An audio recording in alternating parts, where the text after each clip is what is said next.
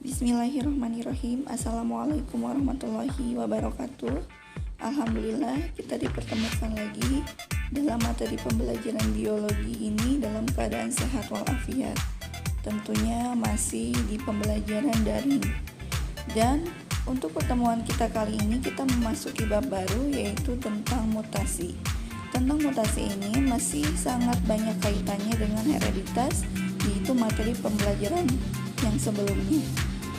Nah, sebelum kita ke materi selanjutnya, terlebih dahulu kalian mengisi daftar hadir di Google Classroom masing-masing buat UG dan Google Classroom paralel buat RG. Oke, baik adik-adikku semuanya, kita lanjut pembelajarannya. Nah, terlebih dahulu kita mengetahui standar kompetensi dan juga kompetensi dasar. Standar kompetensi dari pembelajaran ini yang pertama, yaitu memahami penerapan konsep dasar dan prinsip-prinsip hereditas serta implikasinya pada saling temas. Yang kedua, kompetensi dasar, yaitu menjelaskan peristiwa mutasi dan implikasinya pada saling temas. Baik, kita lanjut ke materi inti. Apa sih itu mutasi? Ya, jadi mutasi itu adalah perubahan materi genetik atau DNA yang menyebabkan terjadinya perubahan gen. Nah, syarat terjadinya mutasi itu yang pertama, adik-adik, adanya perubahan materi genetik atau DNA atau kromosom. Yang kedua, perubahan tersebut bersifat dapat atau tidak dapat diperbaiki. Yang ketiga, hasil perubahan tersebut diwariskan secara genetik kepada keturunannya. Nah, sekarang berdasarkan bagian yang bermutasi. Mutasi itu dapat dibedakan menjadi dua macam. Yang pertama itu ada mutasi kromosom, yang kedua ada mutasi gen. Nah, mutasi kromosom itu biasa disebut dengan aberasi kromosom. Penjelasannya itu merupakan perubahan yang terjadi pada jumlah kromosom dan perubahan struktur atau urutan susunan DNA pada kromosom. Yang kedua ada mutasi gen. Nah, mutasi gen ini merupakan perubahan yang terjadi pada susunan kimia atau molekul DNA atau gen. Selanjutnya, berdasarkan perubahan jumlah kromosom, ada yang dinamakan aneuploidi. Aneuploidi itu penjelasannya merupakan perubahan jumlah set kromosom atau biasa disebut dengan ploidi. Nah, menurut kejadiannya, aneuploidi ini dapat dibedakan menjadi yang pertama ada yang disebut dengan monoploid. Apa sih monoploid? Nah, monoploid itu merupakan reduksi kromosom dari diploid. Yang kedua ada autopolyploid. Ini tuh merupakan proses penggandaan ploidi. Misalkan buktinya, senyawa kolkisin ini dapat mengganggu pembelahan sel karena kromosom mengganda atau jumlahnya 2 kali lipat, tetapi tidak memisah. Lalu, jaringan hasil pembelahan akan tersusun atas sel-sel tetraploid. Yang ketiga, ada allopolyploidi, terjadi karena hibrid antara spesies yang set kromosomnya berbeda. Ini misalnya, dua spesies tanaman mempunyai dua genom yang berbeda. Yang satu berjumlah kromosom 2X, sedangkan yang lainnya 2Y. Nah, penggabungan keduanya itu menghasilkan organisme allopolyploidi dengan jumlah kromosom 2X plus 2Y. Baik, kita lanjut lagi adik-adik. Nah, kalau misalkan kita melihat di gambar seperti ini, perubahan jumlah kromosom. Ya, jadi di gambar sebelah kiri ibu, itu ada pembelahan sel normal, sebelah kanannya pembelahan sel yang diganggu dengan penggunaan kolkisin. Nah, karena pembelahan sel normal ini berawal dari sel awalnya itu adalah diploid atau 2N. Dia mengalami yang namanya penggandaan kromosom atau biasa disebut dengan profase kromosom tergandakan menjadi 4N. Nah, setelah profase kromosom itu tergandakan menjadi 4N, dia akan mengalami yang namanya sinapsis atau pembelahan. Nah, sinapsis itu menghasilkan sel anak diploid yaitu 2N dengan 2N. Berbeda halnya dengan pembelahan sel yang diganggu dengan penggunaan kolkisin. Nah, yang asalnya sel awalnya itu diploid, dia akan mengalami yang namanya penggandaan kromosom. Artinya yang asalnya 2N dia akan menjadi 4N atau dinamakan dengan profase kromosom tergandakan. Si profase kromosom tergandakan ini tidak mengalami yang namanya sinapsis. Ya. Kenapa? Karena dia fungsi dari kolkisin itu adalah mencegah terjadinya sinapsis, sehingga yang terjadi adalah tetap selnya itu adalah tetraploid. Seperti itu ya. Nah, ini juga sama, yang di sebelahnya juga ya. Ini pada tritikum liar dan juga tritikum monococcum. Kita lanjut adik-adik semuanya. Berdasarkan perubahan jumlah kromosom tadi, ada yang namanya anesomi. Nah, anesomi ini merupakan penambahan atau pengurangan beberapa kromosom dalam satu ploidi.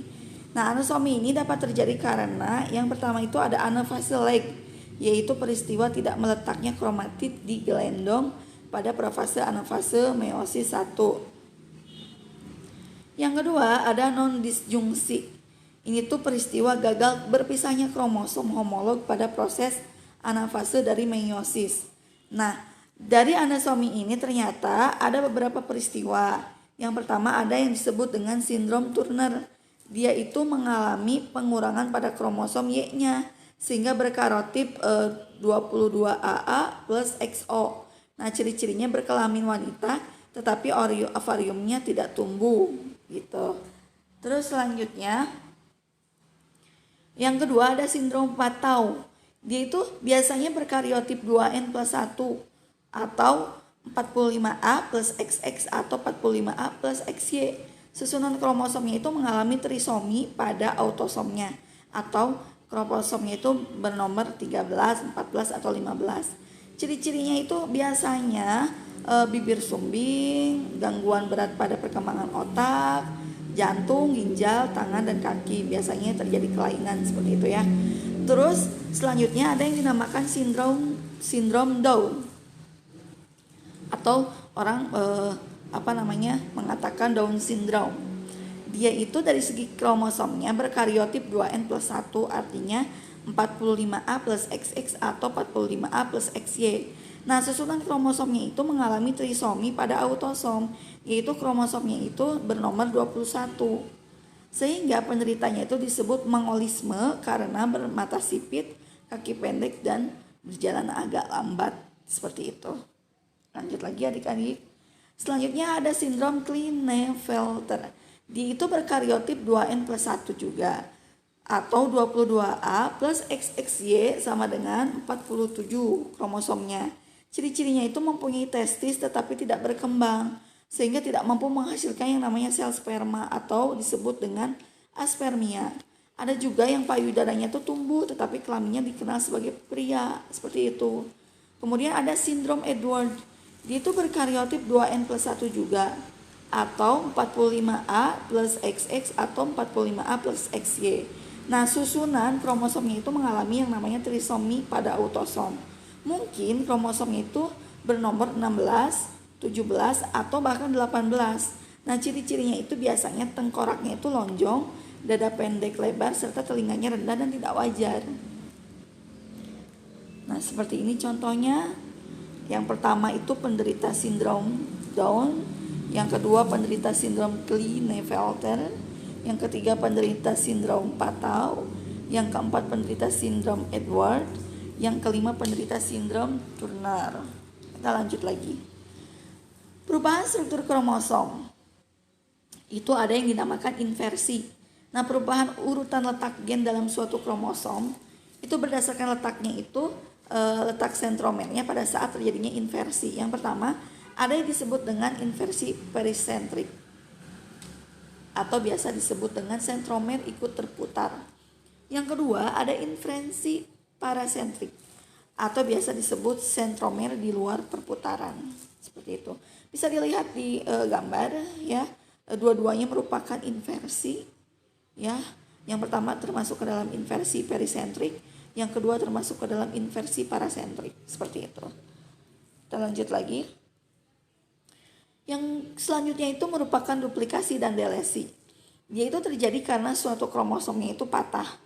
Lalu patahannya itu melekat kembali ke kromosom homolognya.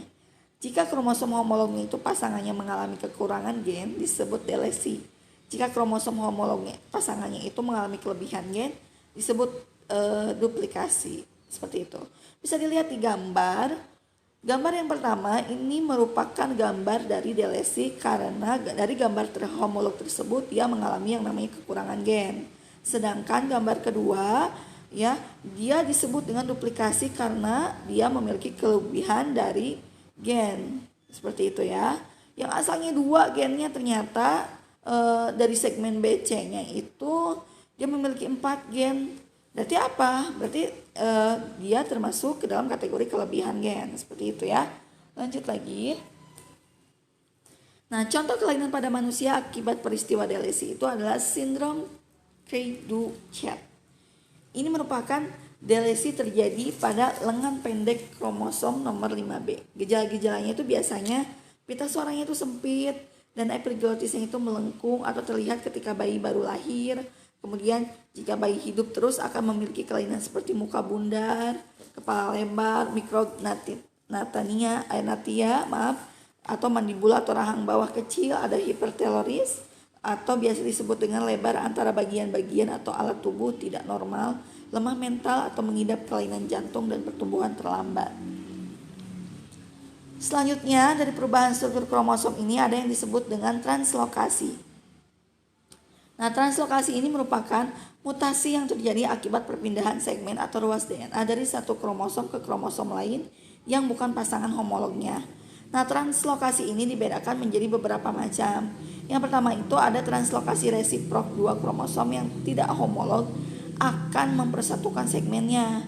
Yang kedua, translokasi tidak resiprok atau fusi sentrik antara 2 kromosom akrosentrik dapat menyebabkan menyatunya 2 kromosom. Bisa dilihat di gambar, bagian atas disebut dengan translokasi resiprok, sedangkan bagian bawah disebut dengan fusi sentrik. Ya, seperti itu. Kita lanjut lagi ya adik-adikku semuanya. Nah, sekarang kita masuk ke mutasi gen. Mutasi gen adalah mutasi yang terjadi pada gen akibatnya terjadi perubahan pada pasangan basa nitrogen. Contoh mutasi gen itu ada yang dinamakan sickle cell anemia. Pada penyakit tersebut terjadi perbedaan asam amino pada hemoglobin karena perbedaan satu pasang basa nitrogen. Sebab akibat terjadinya mutasi itu yang pertama, mutasi alami terjadi akibat faktor alam. Sifat-sifat yang diwariskan misalkan umumnya resesif serta merugikan mutan dan keturunannya. Umumnya mutasi ini bersifat letal. Mutan yang dapat bertahan hidup adalah mutan yang mampu beradaptasi dengan lingkungannya. Yang kedua, mutasi buatan. Ini disebabkan oleh usaha manusia itu sendiri. Misalnya, yang pertama pemakaian bahan radioaktif untuk diagnosis, terapi, deteksi suatu penyakit, sterilisasi, dan pengawetan makanan. Yang kedua, penggunaan senjata nuklir. Yang ketiga, penggunaan roket dan televisi. Yang keempat, pemakaian bahan kimia, fisika, dan biologi. Nah, itu yang menghasilkan mutan yang tidak menguntungkan. Umumnya mutannya itu bersifat resesif atau letal. Oke adik-adikku semuanya, alhamdulillah materi dari mutasi sudah beres. Dan karena materi sudah beres, maka ada latihan buat kalian. Latihannya cuma 3 soal, silakan kalian kerjakan di buku latihan kalian atau di buku catatan. Kemudian cara mengumpulkannya itu dengan cara kalian memfoto ya, kemudian dikirim lewat WA secara japri ke ibu. Oke. Semangat belajar di era pandemi ini dan sehat selalu adik-adikku semuanya. Semoga ilmunya bermanfaat. Akhirul kalam. Assalamualaikum warahmatullahi wabarakatuh.